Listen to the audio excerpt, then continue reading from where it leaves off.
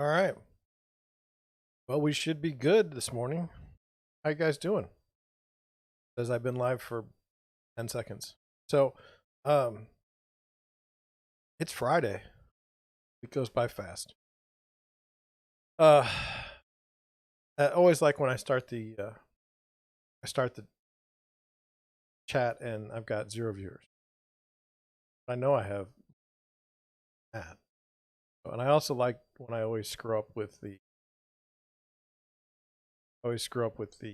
record the live stream. So, the live stream goes straight up to YouTube, and I guess I could pull it off of YouTube every day, but I don't want to. I want to just use my own recording, and mainly I kind of want to use the content. I kind of want to recycle it for other things, but I never get around to it because it's rough. Actually, I have to do real estate business from time to time, so I don't have all this time to do stuff. Now, see, now 1 minute in, my viewers get like my actual view count comes. Anyway, um, I don't know how the sound is. I don't know how the sound is going to be today. I'll have to check it on the live stream later. Um, I uh, I did mess with the settings. It looks like it's not. It looks like I'm a little bit too low. But I'm gonna actually turn it up a little bit, so just bear with me.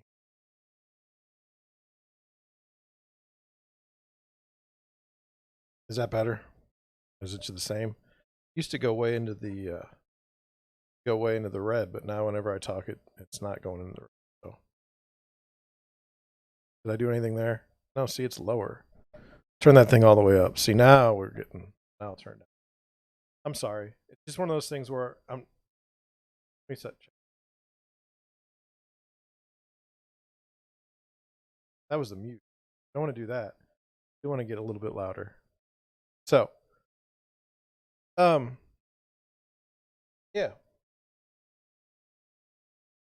I'm not going to go into my tech issues today. Right now, I am going to go into it a little bit later. Um, so what? We've got lots to talk about today. We've got um, lots of articles that are related to tech and real estate, and you know, a lot. There's real estate news, and then there's the real estate tech news. Which real estate tech news is just somebody selling their products through the use of an article, in my experience, and and to a lesser extent, you know, much of the stuff you'll read in the real estate space is not necessarily news as much as it's to sell you something. Um, Yesterday, I saw a article about a fellow that is in St. Louis, and he has a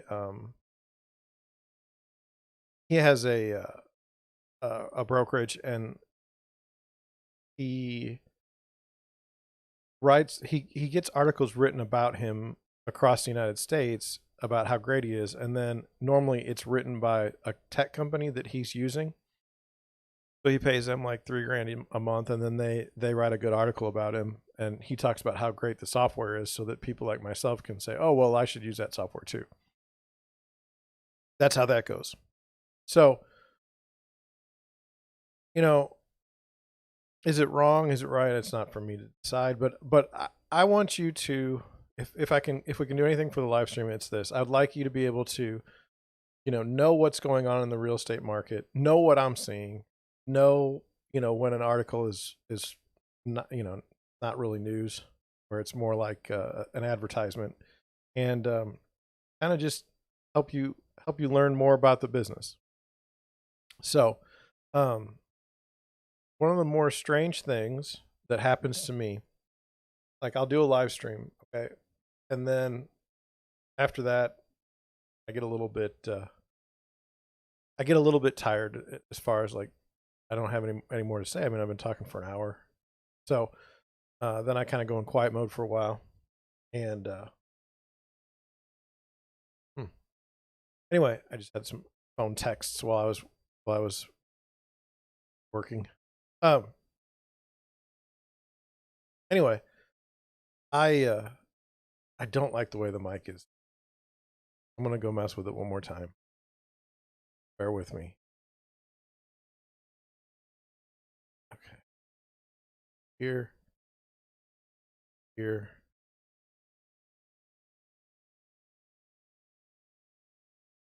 I've got the mic 100%. I don't know. I don't like the way it's set up. It's on 100.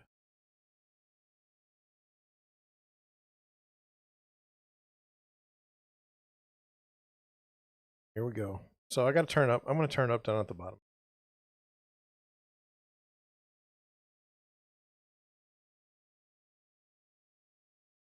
Hello. Okay. All right. So anyway, what do we have for you today? Well, today I do have my notes. I'm going to go over them. What happens is I have these ideas. That's what I was going to talk about. Anyway, I have these ideas, and they come to me at weird times.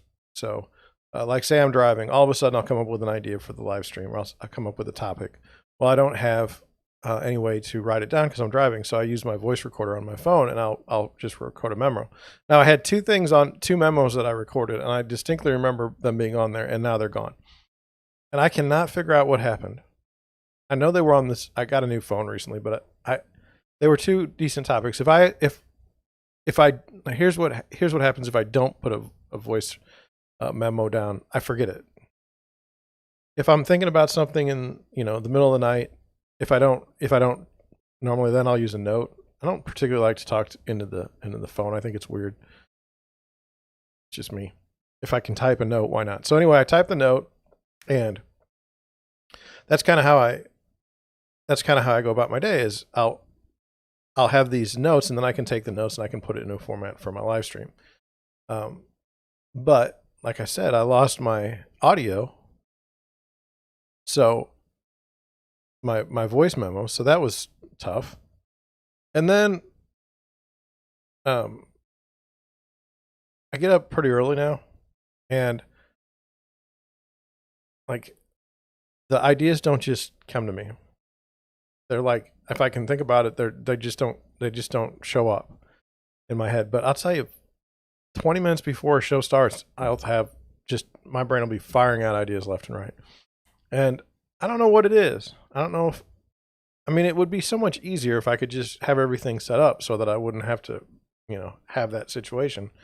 But it doesn't go that way. So anyway, so let me just I forget things right after I write them down. So I always write stuff down. So here, let's go over some of the stuff that I wrote down. So obviously, see, 7 minutes in, and I forgot to say good morning. Welcome to the stream.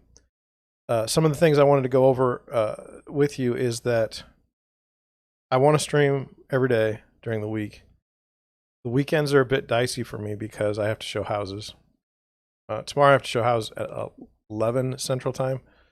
And if I do a live stream at 9, it'll be from 9 to 10. And I got to be scooting out of here at least by 10:30. So I'd have to be dressed. So it's going to be tough tomorrow. That's on Saturday. Sunday, I don't want to stream. I don't want to do videos. I don't want to do anything. Because usually I stuck writing contracts or just taking it easy. Real estate lifestyle is brutal. There's never really any time off. So, if I'm like, my wife wants to go to the winery this weekend, we're not going to go because I've got to show a house on Saturday. But it's hard to plan. Like tonight, I was supposed to go to a wrapping paper or a craft and beer event. I have to show houses, so it's not gonna happen. And you can set a schedule a little bit. You may take one day a little bit lighter than the rest, but if you're not doing, like, as a broker, I have to do all this paperwork for the brokerage. We have to do our marketing. We have to do everything, and then even if you go show a house, it takes like an hour of prep to go show the house. You have to go pull the information. You have to set the appointment. You have to go back and forth. So, and then at night, people are off work, so they start texting you about different houses and stuff like that. So right now, my days are long. Get up at 6 and really just on the clock until like 10. Now, some nights I don't have anybody bother me at all. I mean, there's nothing that happens. So those are nice, but you don't ever know when they are. It's not like you can have this nice planned day off. And so it can get to you. Like, I don't know if I mentioned it, but the last month, I mean, it was getting to be too much. Now I'm back with the show. So anyway, wanted to talk about tonight. I'm going to show a house in Webster Groves, Missouri, with some buyers that live in University City right now, and um, this is how the housing market is right now. They put this house up as coming soon before Thanksgiving. My buyer's married, so the husband texted me and said, "Hey, can we go see the house?" And of course, I'm always up for showing houses. So I said, it's not supposed to go active until the 2nd, which was yesterday. But then I just set a reminder on my calendar, and we're ready to go. So house, there's an open house on Sunday. They'll take offers on Monday, and that's it. You'll be able to see it this weekend, and that's it. If you don't go there this weekend, you're done. The wife doesn't seem to be very interested in the house, so I don't know that. I mean, we might just be looking to look, but I don't think there's any harm in showing houses, even if they're not going to buy the house. That particular one, I just feel like every house you see gets you that much closer to buying a house. Getting the one that you want, actually getting it. So tomorrow we'll be doing the same thing. We're going to go look at a house in University City. Now, just from what you guys know, do you think they're going to buy in Webster Groves, or do you think they're going to stay in University City? Mm.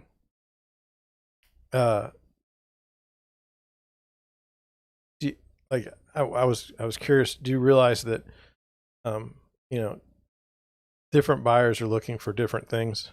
That's not really news, but different age groups look for different things. So right now, if you're a first time home buyer, man, you're just looking for anything. Just give me something I can get. Now, the problem that I'm seeing in the market is, a starter home isn't a starter home anymore. You can't afford it. And there's these houses in St. Louis, and I'm not trying to be critical, but there may be 1,000 square feet. Okay. And your average apartment is like 1,400 square feet. So if you're going to move from an apartment to a house, you're moving to a lower square footage and you're paying more for it, and it doesn't make a whole lot of sense. But anyway, so people that have lived in a house, they made the decision to buy a house at one point in time, and now they're moving on to a different house. They will take what they've learned from the first house that they've lived in, and they'll move it, they'll change it to the second house. And so these particular buyers are looking for a first floor master bedroom. Construction here in St. Louis, you can find them. They're not hidden, but depending on the architectural style, not so great. So in University City, first floor master bedroom, hard to find. Normally you'll have like the kitchen, you'll have like a living room, and you'll have a formal dining room, and then you go to the second floor for your bedroom. So that's a little dicey, but we'll just see. I'm looking forward to getting out and showing some houses tonight, like I said, and it's good. So that's that. I wanted to go over YouTube and how kind of funny I think it is. So my wife is Bosnian, and sometimes she'll listen to my streams, and we're just starting off, so there's not a big audience built up. And what I think is kind of funny is, can you imagine like the YouTube algorithm saying, okay, so this person who, and on her channel we'll often listen to Bosnian music, pop music. So can you imagine like the algorithm taking like, okay, the average viewer for Deerwood Realty and Friends is going to be a Bosnian, middle-aged, who loves Bosnian music and also discussions on real estate around the United States. So, I mean, can you imagine? Like, I know why my channel isn't just killing it, because I have a very diverse audience. I would say very diverse, and I don't know. It to me, this is just me now. It's December of 2021. If I'm live streaming in December of 2022 and I have 0 viewers, that will be an amazing failure. That will be an hour a day, okay? Maybe 200 hours, 300 hours for the year. With an hour, with an hour show prep before that, so talking 600 hours for nothing. That's pretty dicey. I think that's pretty decent risk, I guess the argument is, well, what else could you be doing with your time? And I accept that. But anyway, there's a real issue with, I don't know that YouTube's going to be able to find the people that I need that would be interested in my content. No idea. But I love this, like some of the people that I know that are just killing it on YouTube. Like one of them, he's like, yeah, I just took duct tape and I put my phone on the garage and I made a video and it took off, and now I'm, he's got like 1 million subscribers. And then Hoovie's Garage, like he drove around with a Mercedes, and at Arrowhead Stadium, that was his big coming out one. It had 6 million views. And it's just, and my videos, if I get 20, I'm good. My live stream is not even 20. So I don't know. I mean, on the live streaming, it could very well be that it's the wrong time to live stream. But how am I going to live stream in the evenings and be any sort of consistent when, I have to show houses? So anyway, I do look at other real estate related programs on YouTube. Yesterday, I came across a fellow in San Antonio, Texas. It was just killing it. 400 or 500 views per video that he puts out. He puts out probably one video every other day or so. He's been doing it for 2 years. So that's something that I have I'm a little curious about. So just from the perspective of being on YouTube for 2 years, does that mean that my views will go up just without me even paying attention? So far, the videos that I put out, I mean, they don't just take off very often. I think my highest video has 3,000 views. So, and I mean, when you look at the impressions, I'm averaging about 1,000 impressions a day, and that's pretty low. But I don't know, maybe it'll pick up. I think there's a value in my stream and in my videos, especially if you were somebody that was looking to buy or sell a house.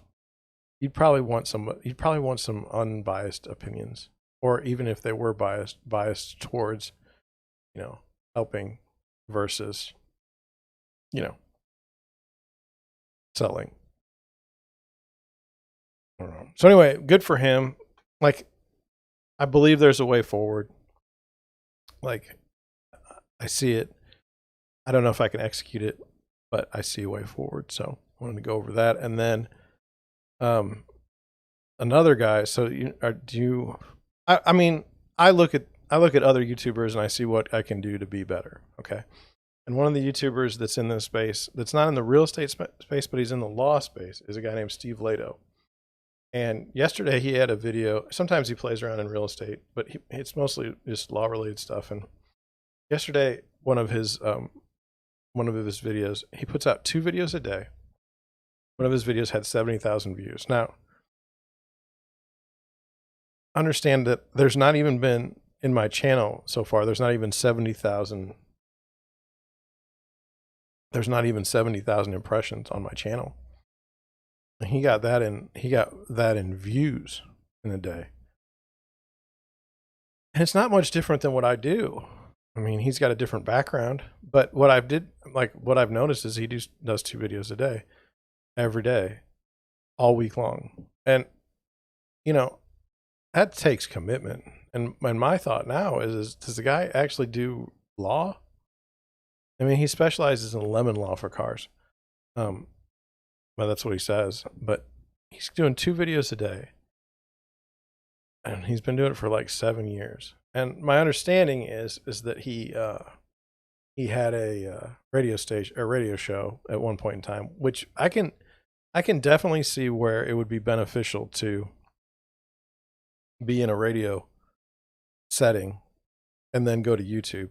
Because in radio, when you're sitting there, I mean, you probably don't know who's listening to you. You don't know if anybody's listening to you. All you know is you're broadcasting out there, and you're just kind of hoping. So, if we talk about goals versus systems, that's the Scott Adams thing. I'm not big on the goals thing because I think it kind of causes a lot of other issues. But my thought is if I could get 100 viewers on live stream, I'll take it. That would be pretty impressive. Because I want to interact with the chat, but nobody chats with me because I got nobody on the chat. So it's kind of sad. So, but like I said, if I can get like 100 people, Nick Rekieta is pulling in 8,000 to 10,000 people on his live streams on the just boring traffic, and then boring subjects. So, if there's ever another lawsuit like the Rittenhouse case, he's going to be in the hundreds of thousands again. It's just amazing. So that's the goal. I think that I think it's possible. I think that there's an audience out there. I can't prove there's an audience out there, but it is what it is. So just wanted to go over that. And then finally, when people are younger, they can adapt to technology so much faster. And so part of where I want to go with my live streams is, a guest format. So to do that, I have to change my technology. So I'm probably going to go with StreamYard. And then I need headphones. And so I bought headphones yesterday, and I wanted a good pair, But one of the things that's bad about headphones for a bald guy is like the whole time it's just attracting attention to your head. Like the little thing goes right here, and it's like, oh, look at that guy, he's bald. So the first impression isn't so great. But anyway, I got the headphones, and I'm such a, I'd say boomer. I hate to say it, but I just thought that they would connect to the computer, and I could, when I was bored or something, I could listen to some tunes or something, and just there are these noise canceling headphones. I don't even know if I got the right headphones for streaming, but anyway, they don't plug into the computer in any way. So now I have to get a Bluetooth connection for USB. Well, I don't know what the motherboards are doing right now, but if I don't have and we can talk, let's figure this out too. So my camera isn't perfectly clear. I have a great camera. I have a 4K camera. I have it going into the capture card, but it's through USB, and it's going through, I think it's USB 3.0. Okay. Cause when I tried it on USB 2.0 on another spot, we got nothing. It was terrible. So I don't know if it's the lighting. I don't know if it's my camera settings, but it's always smoky in my videos. And I don't know why. It's not smoky in my house. And like when I look at the video now, like I can see it perfectly fine and it looks very clear and very nice. So I don't understand. Now I can understand for streaming that there may be other limits, but I really can't understand on my regular videos why it's ever smoky. It makes no sense to me. It's never perfectly clear. And it could be, like I said, it could be the settings, but I don't know how to set the thing up, and I'm just proud to have it so that I can do it the way it is. Anyway, I have to plug in the USB Bluetooth so I can listen to tunes on the headphones when I'm not doing streaming. I don't have any more USB. I don't have any USB 3.0 ports. So then I had to get this expander. So I got that today, and I got the USB thing that I got to plug in. So within the week, I should be able to at least say I can stream. I don't know how exactly this. I don't want a cord between. So I do have a plug-in at the microphone for a 3.5 millimeter input jack, but I really don't want to use it because why shouldn't we be cordless in today's world? Like and it's on. So whenever you see me, the camera is opposite to the way I am. So this is my right hand, but to me, it's like my left hand when I look at it. So anyway, but to do it, to do the wire, it'd have to start here, and then the wire would go across my body to the microphone hub, and that would be ridiculous to me. I don't know.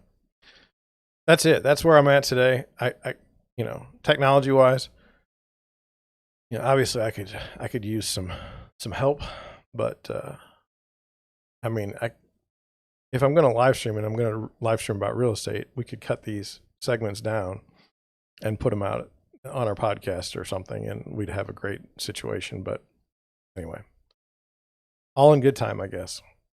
So, I mean, now it's time to get in articles. Got quite a few today. If we don't get to them today, we'll get to them tomorrow. That's what happened yesterday, and I'm kind of glad. I'm still having a little bit of trouble, scheduling enough content for an hour show with no one chatting. Come on, come and chat with me. Anyway, here we go. So the first article, I got to change this over here to this. The first article, okay, thought it was kind of interesting. It said, should you sell your home if you owe more than it's worth? So in 2021, people are talking about having negative equity, okay? And it says, while many people buy homes with the intent to build equity, life happens and sometimes homeowners end up underwater, upside down, or with negative equity. But what do these terms mean? The balance owed on the mortgage is more than the house is currently worth. Now, it's kind of strange. Let's talk about right now, if you go buy a house. Now, I tell my buyers that, it's really, really strong market. We don't, you might buy a house and it doesn't appraise. So, we don't know, what the situation is. But in one sense, you might be in a negative equity situation when you buy a home, because for you to sell it, and if you're going to sell it with a realtor, you're going to have to pay a commission, and that commission alone should, likely drop you out of the opportunity to have equity. But there's also the situation where, let's say 2 years down the road, the market crashes, and now houses aren't worth as much as they were previously. And so basically, let's just say that you've got a $400,000 house, and that you have a mortgage on for that number, and the best you can sell a home for in that neighborhood is $350,000. So you're down 50. Now, unless you have to move, okay, I would just stay in a house. Is it guaranteed that you're always going to have equity or you're going to build equity? No. And if you never ever improve your home, this goes into the rent versus buy thing, but say you buy a house and you live in it for 50 years, but you never put a dime into it. Will you still have more theoretically than if you did keep up with the times? Yes, you will have more based on current history. Current history, does that make sense? Anyway, the current environment. But if you lived in that house and you put in a new kitchen 5 years after you moved in, and now it's 40 years later, the kitchen's still outdated. So you'd have to do it again to stay with the times. So it's a really weird thing. People will ask me, should I fix up my house when I first move in, or should I just fix it up over time? It's a question of how much use do you want to get out of something. To me, your kitchen is expensive. It's going to be $10,000 or more. So, shouldn't you enjoy the kitchen? since you're paying for it, why would you fix something up and then let somebody else live there and you never enjoyed it? So why would you wait to the end of your ownership to fix up a kitchen or a bathroom? To me, it doesn't make any sense ever. So anyway, winding up with negative equity, housing prices rise and fall with the change in the market. It says if you borrow a large percentage of your home's purchase price, even a small drop in its value can lead to negative equity, and that's what we talked about earlier. If you spend more on a property than it's worth, your loan balance may exceed the home's value. You can also be underwater if your house value drops because of damage or neglected maintenance. So, of course, like let's just say you have a roof leak and you never fix it. Well, you're going to be in a situation where you're underwater at some point in time. And then it says, is selling a smart move in this case? In general, selling a house with an underwater mortgage is not a good idea. If you can, wait until you bring your equity into positive territory. I agree with that. You may be able to do that by continuing to make regular mortgage payments, making extra payments, refinancing to get a lower interest rate, or simply waiting for the housing market to improve. I think that the most obvious thing to do would be to wait until the housing market improves. It says, what if you have to move? Well, if you need to relocate soon for some reason, you can't afford your mortgage payments and you don't qualify for a refinance, or the house needs major repairs that you can't afford, you may have to get the property off your hands. There's a few ways to do that. One option is a short sale, which is to sell the house for less than it's worth. Your lender may or may not agree to that, and a short sale could damage your credit, although not as much as a foreclosure. Depending on the state where you live, the lender may or may not have to forgive the difference between the loan balance and the sale price. So we saw in 2009, 2010, all kinds of short sales. I haven't seen a short sale in quite some time. They are out there. Definitely predicated on the lender. If the lender says they're not going to take less for the house, then you've got to bring the money to the table when you close, which didn't seem like a good idea to me. So I don't think I would do that. And then it says here, another option is to sell your house, then pay the lender the difference between the sale price and your mortgage balance. That won't damage your credit the way a short sale can, but you may have to drain your savings account and take out a personal loan to cover the difference. So let's take a worldview that may not be popular as a real estate agent. Let's say that when you buy a house, it's never really yours. It's always the bank. And let's say that when you buy a house, you're really helping the bank. And also the bank really owns the house. Okay.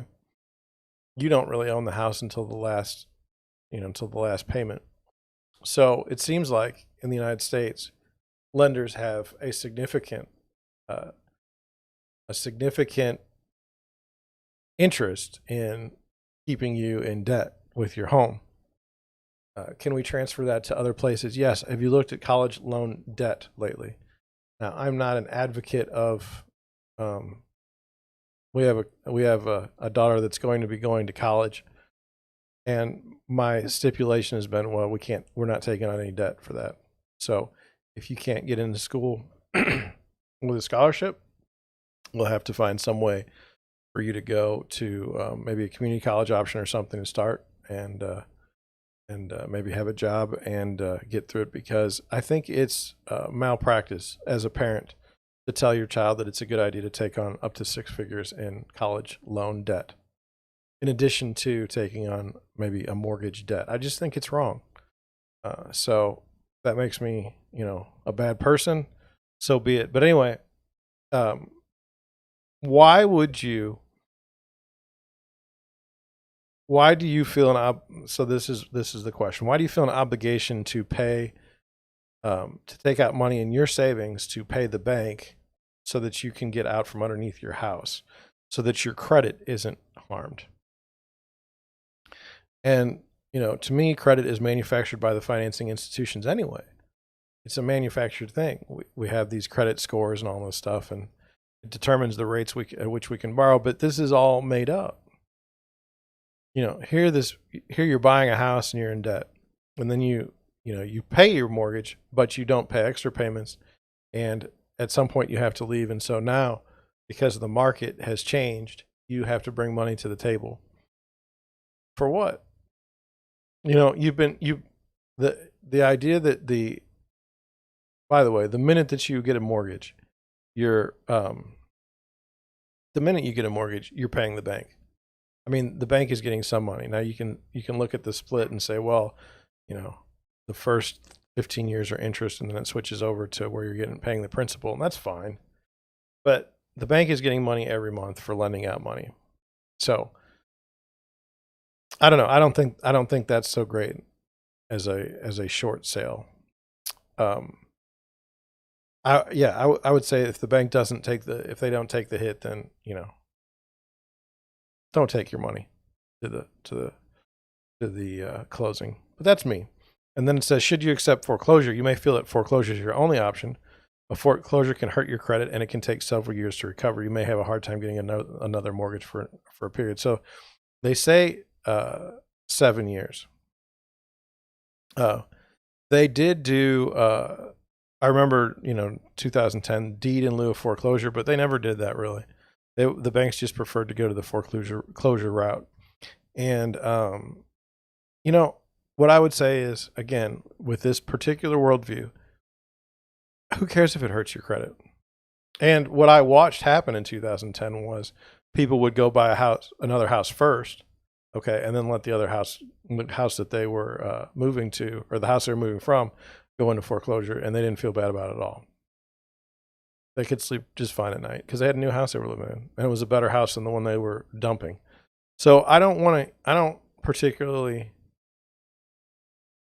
let the bank take it. I'm fine with that. So it says, weigh your options. If you're underwater on your mortgage, it's best not to sell your house if you can avoid it. If you must move, discuss your options with your lender and a local agent. So what did we have going on? So I predicted in the marketplace that we would have these foreclosures and that people would need places to live. And so what I did was I went into single family property management because I felt like that was the best situation for people that either had homes and had to sell them, but they probably shouldn't. They should probably rent them out. Did it work for some people? Absolutely. Absolutely. There was always a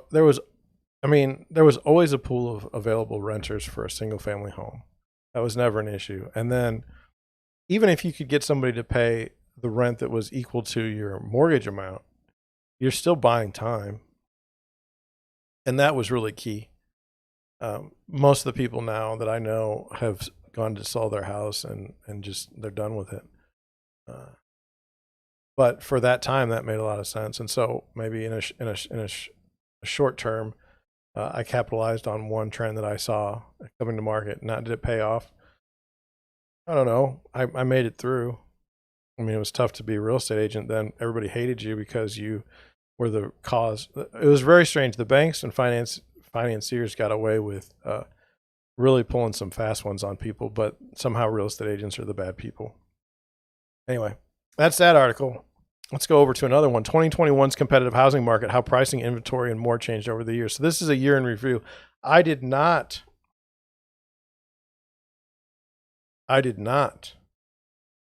do my year in review yet. It's December and we're getting close, but let's not worry about that. Let's just kind of wait for a little bit for what I think about a year in review, but let's go look at it for this one. So it says, to say the 2020 real estate market was competitive might be the understatement of the year, at least in many areas. While hot buyer demand from 2020 carried over into the new year, creating headaches for buyers and big profits for sellers. However, buyers will be pleased to hear more houses are slowly creeping back onto the market. A study revealed that total for sale inventory increased 9.37 this year from January to October. Now, this is all of the United States, and it's 9.37. My own opinion is that inventory is still tight here in St. Louis, and a 9.37 percent increase is not really going to do any good for us. So it says inventory hit an all-time low from May 2020 through May 2021. However, he said inventory began to slowly increase in June. You know what? I was seeing stories in June and July of this year where people were saying, hey, the market's kind of slowing down. This is the time to jump in there. Well, yeah. Have you jumped in there at that time? And did you notice that even though you jumped in, it was still almost impossible to buy a house unless you paid a stupid amount of money? So then he's quoted as saying, we're not back to pre-pandemic levels of inventory by any means, but we're at 2 weeks of inventory in our market, and it's usually 6 months of inventory. So that hasn't been the case here in St. Louis for a long time. So I don't know what they're talking about. Right now we're sitting at around 2 months of inventory, so certainly not anywhere close to where we were prior to the pandemic, but we're definitely starting to see the markets normalize a bit. So this was Santa Rosa Beach, Florida. I've not seen that. In fact, I had buyers before the pandemic started where we were aggressively bidding for properties and would still lose at times. So it says, as inventory slowly increased, the median price rose from 13%, while the median sale price saw a 13.31 boost from January to September. Home values also experienced a 15.3% growth from January to October.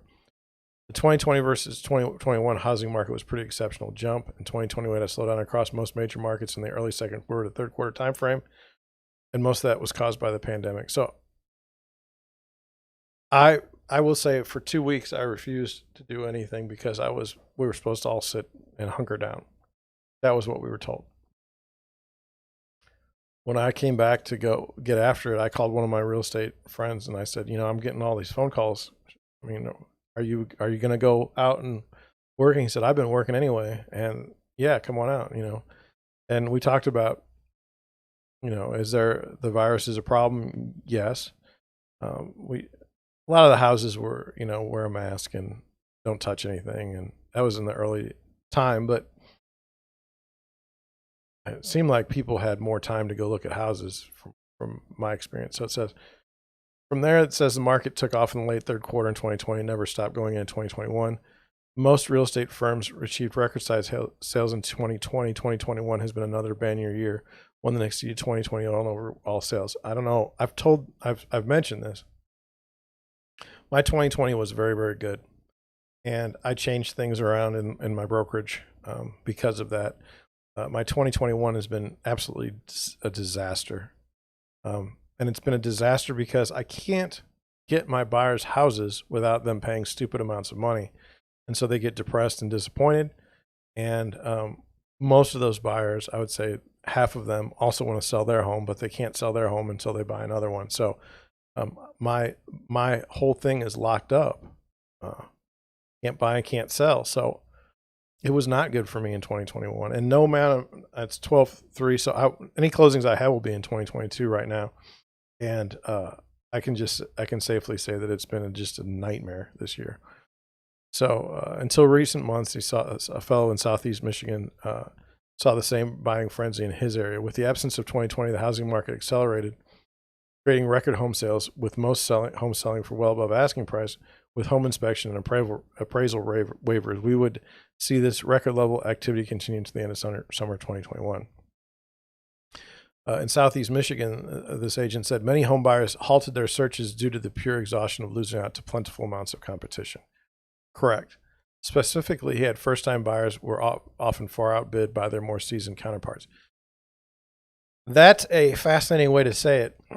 I would say that first-time home buyers were often outbid by either institutional investors or people that had a lot of money that were downsizing. So they couldn't, I wouldn't say more seasoned. I'm sure the first-time home buyers had good agents. Okay. So I don't think it was more seasoned counterparts. We disagree with that statement. It says, here we are approaching December 2021 with mortgage rates inching upwards and an increase in homes hitting the market. I believe this is the start of the housing market transitioning towards a buyer's market. Did you see that? I don't believe that at all right now. It says that could be the case as the difference between sale price and list prices increased 19%. Interest rates are also on the rise. So in 2021, the 30-year fixed mortgage has ebbed and flowed, starting at 2.79 in January, rising to 3.05% in October. However, the 15-year mortgage rate has only fluctuated slightly, starting at 2.23% and climbing to 2.30 in October. What do you think? I mean, is 2.79 to 3.05 enough to chill the market? No, it's not. So this other says, buyers, while the market be starting cool, buyers could still find their dream home this winter. This agent said sellers have made their own rules when it comes to putting their home on the market. The trend that I'm seeing because of how COVID affected the market is that sellers are no longer waiting to the spring or early fall to list. They list when they are ready. This is because there's still plenty of people looking for a home to call their own. So this is a fascinating thing. So as as a real estate broker in St. Louis, I sell people, you want to buy in the winter and sell in the summer. So does COVID change that for me? No. Now, when you buy in the winter, what is your issue with that? Well, when you buy in the winter, if it's hard to find inventory normally, people don't typically want to sell their homes from Thanksgiving through Christmas up until pretty much February 1st. And with buyers, it gets dark here in St. Louis about 5. So they're not really interested. I mean, you never see the backyards when you go look at houses at night.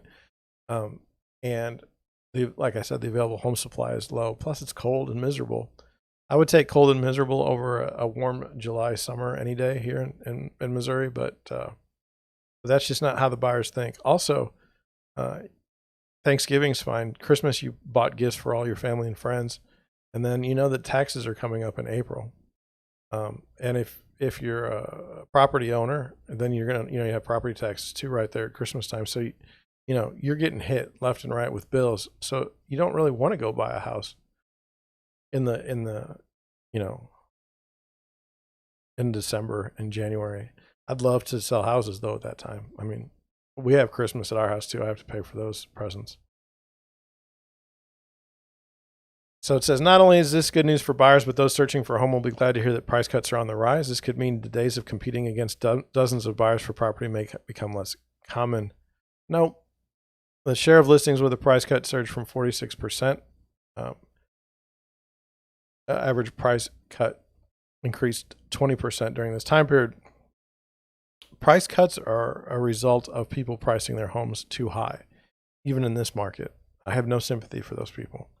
Only time will tell what the 2022 real estate market will bring, but the numbers indicate it's poised to become at least slightly more pleasant for buyers.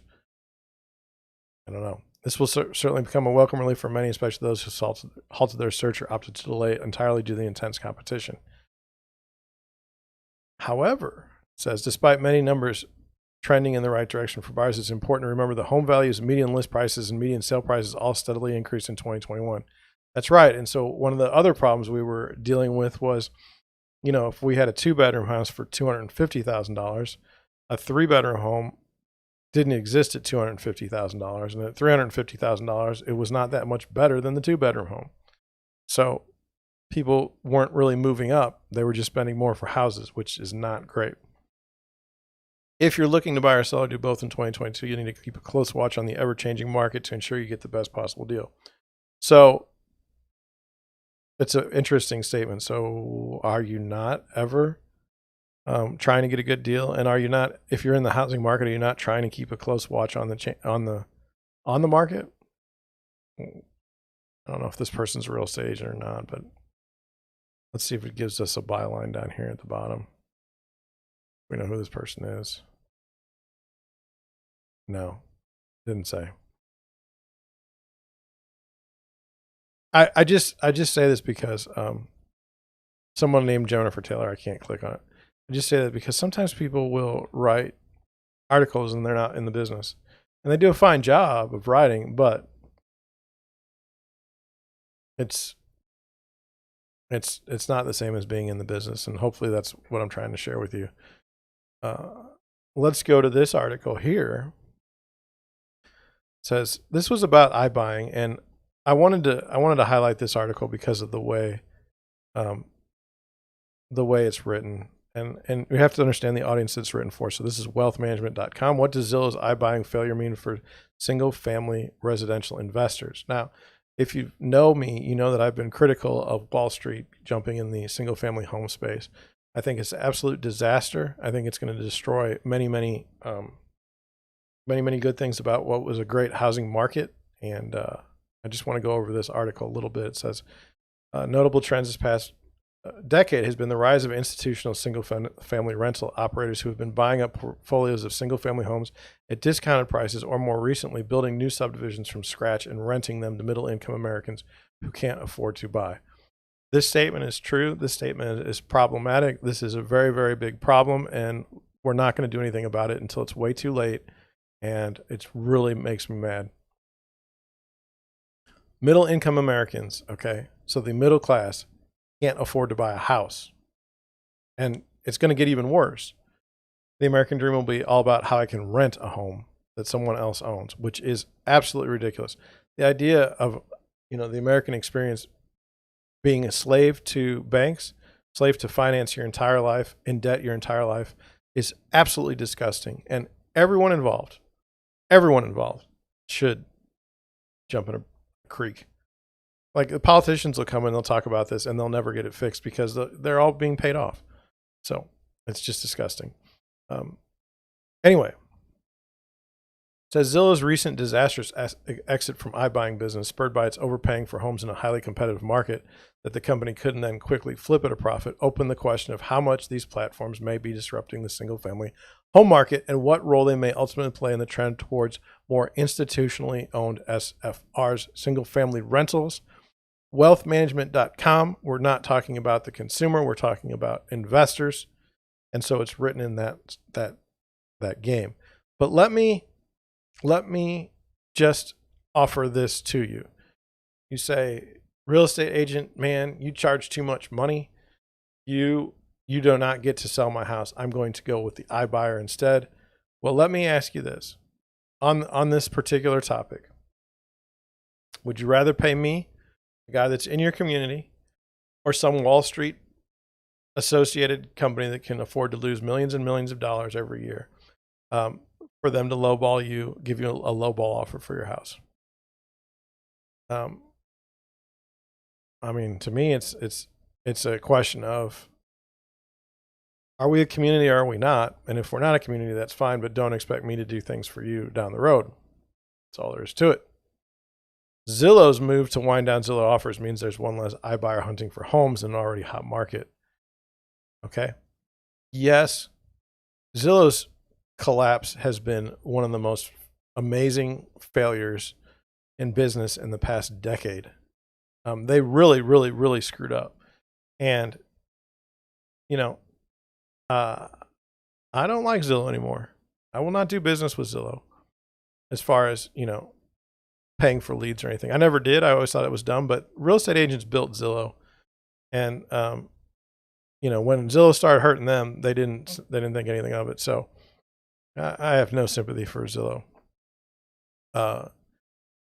So Zillow's competitors, including Open Door and OfferPad, as well as institutional buyers, mom and pop flippers, and investors planning to turn properties into vacation rentals, will likely step in to replace it. That's probably true. In fact, Bloomberg reported that earlier this month, the company was actively pitching 7,000 homes to institutional investors, an estimated price tag of $2.8 billion. But just understand the breadth or the size of these institutional investors and their ability to buy house after house after house. And if you think that 7,000 homes in a particular area or even across the United States doesn't affect the market, then you're wrong. As a result, there might be fewer. This is where it gets to where the article is written for investors, okay? But the truth is, in this statement, as a result, there may be fewer affordable homes left for regular Americans looking to buy a home to live in if institutional investors gobble up Zillow's market share instead of other iBuyers, since the institutional players, by and large, are acquiring homes to turn them into rentals and taking them off the market long term. In contrast, iBuyers are returning homes to for sale inventory after they've renovated and repaired them, though likely at a higher price point. So yeah, like in my own subdivision, there was a house was sold for $198,000. The person that bought it put $50,000 into it, and some idiot bought it for $330,000. Okay, it's like it wasn't worth $338,000. It was a bad buy. But now in our subdivision, heck, we're probably in the 300s for any house that's even close to fixed up, and you're probably pushing 370, 375 for something that's fixed up and nice on a 2-car garage, 1,500 square feet. And I was yelled at when I bought a house for $170,000 a couple years back. My neighbors were like, "You're an idiot for buying it." So I lived in the subdivision for 20 years, 30 years of my life. I mean, anyway, I feel like I know what I'm doing. Before Zillow's meltdown, spurred by its $1 billion in losses over the course of 3.5 years, because that's the other thing about this iBuyers. They were buying these houses and everything, and they were not making a profit. They were just building their business out. So they just kept losing and losing and losing. But they could afford to lose. Whereas me, I don't have a bunch of cash behind me that I can afford to do business and lose money every single time I try. It just doesn't work that way. I mean, there's a significant disadvantage for me in the marketplace. In the third quarter 2021, iBuyers accounted for 1.6% of all homes purchased in the U.S. That might sound like a lot, but it's nearly double the 15,000 homes purchased by iBuyers during the second quarter of this year. You know, Zillow offers, which offered sellers guaranteed prices as is purchases and fast closings, accounted for a significant percentage of the iBuying activity during the third quarter. They closed on 9,680 homes during that period. That's more than it purchased in the previous 18 months combined. So they bought all this stuff, they ramped up, and then they ate it. Zillow ended the quarter with 9,790 homes in inventory and 8,172 homes under contract. The company attributed its exuberant purchase activity to higher than anticipated conversion rates, meaning that more homeowners accepted their offers than the company expected. And what they were doing is literally selling homes for the highest price, or they were buying homes for the highest price than anybody else. Everyone else was looking at them like, "What are you doing?" And they're just buying houses for more than anybody else.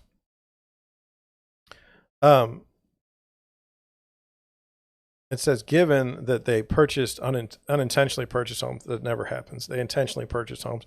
They made a mistake. It's not surprising that more homeowners decided to sell. The company recorded a $304 million write-down on inventory owned at the end of the third quarter due to overpaying for homes compared to current estimates of future selling prices. In essence, Zillow failed to shift its pricing strategy as the housing market showed signs of cooling in early July. While Opendoor and OfferPad started to pay less for homes, Zillow continued to pay top dollar. So let's say you were convinced that you want to go with the iBuying model, then you don't want to sell your home with an agent. So you call Zillow and you call Opendoor. Well, Zillow offers $10,000 more than Opendoor. Well, who are you going to go with? This doesn't take a rocket scientist to figure this stuff out. So then it says human failure, not tech failure. No, it was tech failure, and it was human failure. It was both. The whole thing was a bunch of a mess. Zillow, it says Zillow's competitors don't have the ability to accurately forecast 6 months in the future either. But Opendoor and OfferPad have achieved the operational efficiency that allows them to execute the full iBuying life cycle in less than 100 days. So they buy the house, paint it, do whatever you need to do, and turn it in 100 days. And Zillow couldn't do it. It says iBuyers can't hold on to houses for a long period. If you do, the risk increases substantially. It says he expects that over the next several years, iBuying platforms will continue to grow their market share and compete against institutional investors and home buyers, which is terrible for consumers. But we're talking about investors here. So anyway, it says if iBuying continues to grow, it could reach 5% market share by 2025 and 18% market share by 2030.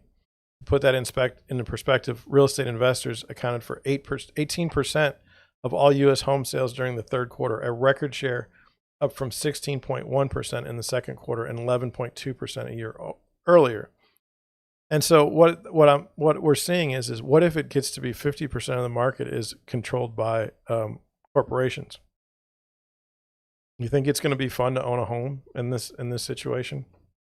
It's not. It's going to be terrible. So you shouldn't use your home as a piggy bank, but why we can't figure that out is beyond me. Invitation Homes of America bought 1,082 homes in the third quarter, an average cost basis of $404,000. It sold 145 during the same period. Invitation Homes of America rents out single-family homes. The company revealed it has a target of $1 billion in acquisitions, split 50-50 acquisitions. It would fund itself and those administered through its joint ventures. Invitation Homes also indicated it had a multi-channel approach to sourcing acquisitions, including the iBuyer platforms. And then American Homes for Rent acquired 1,104 homes in the third quarter while selling 90 homes. The company also developed 368 homes through its AMH development program. So they're literally developing single-family rental home subdivisions.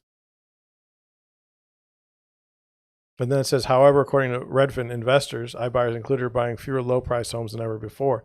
The lower-priced homes still comprise the bulk of investor purchases, their piece of the pie is shrinking. In fact, investor activity is closely split between the low, mid, and high-priced homes. So, like Afton, some houses go for less than 150. They're not buying those homes anymore. Well, that's not good. That's not good, because it just all does is if you buy in the medium and you buy in the higher range, you're dragging the low priced homes up with that. Anyway, increasing home prices fueled by an intense housing shortage have created opportunities for investors to reap big profit. Those same factors have pushed more Americans to rent, which also creates opportunities for investors because investors typically turn the homes they purchase into rentals and can now charge higher rents. Indeed, single-family rentals may be the new first home for many Americans due to the low supply of homes and the increasing lack of affordability, particularly in the lower tier price points. This is terrible. I'm not saying sound the alarm because it's already here.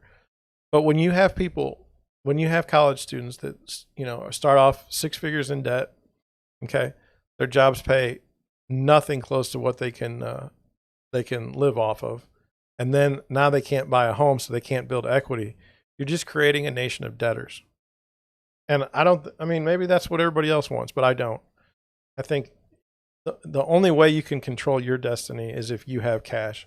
If you have the ability to not be held down by these institutional investors, not be held down by the government in the way it treats its people. This is a bad deal. And all I can do is sound the alarm. But, the question is, well, John, what do you do about it? What do you do? Is there a way to limit home purchases by corporations? These single family homes, for the most part, the ones that have currently been built, were never intended to be investments for institutional investors of this scale. We've never seen anything like this. It's fascinating. Do you have a right to housing in the United States? Well, a right to housing in the United States has nothing to do with home ownership. Okay. That just has to do with you have a roof over your head. I don't want to sound all doom and gloom. Okay. But you are never going to beat an iBuyer, to buy a home. As far as if you're out looking to buy a home and an iBuyer is standing right next to you, okay, they've got billions of dollars behind them, and you've got what you make at your job, which is probably not billions a year. You will not compete with them. They will blow you out of the water, and they don't care. That's not their job to care. It's bad. This situation is going to get worse. What would I say to you as a person either owning a home or looking to buy a home? I would say buy a home now, not because of the market going crazy, but buy a home now and don't expect to ever sell it. And figure out a way that you can pass it on to your children and your grandchildren, because that's the only way that's the only way you're going to ever have the ability to own a home going forward. If there's no changes in politics, if there's no changes by the government, and we know the corporations are evil. There's no question. So anyway, that's where I'm going to stop it today. I have some great articles for tomorrow. I might start the live stream at 8:30 tomorrow. Hopefully that'll give me enough time to do what I need to do. But I will have a video out later today on a topic. I don't remember what it's going to be about, but thank you for watching with me, spending some time. And let's just build this thing.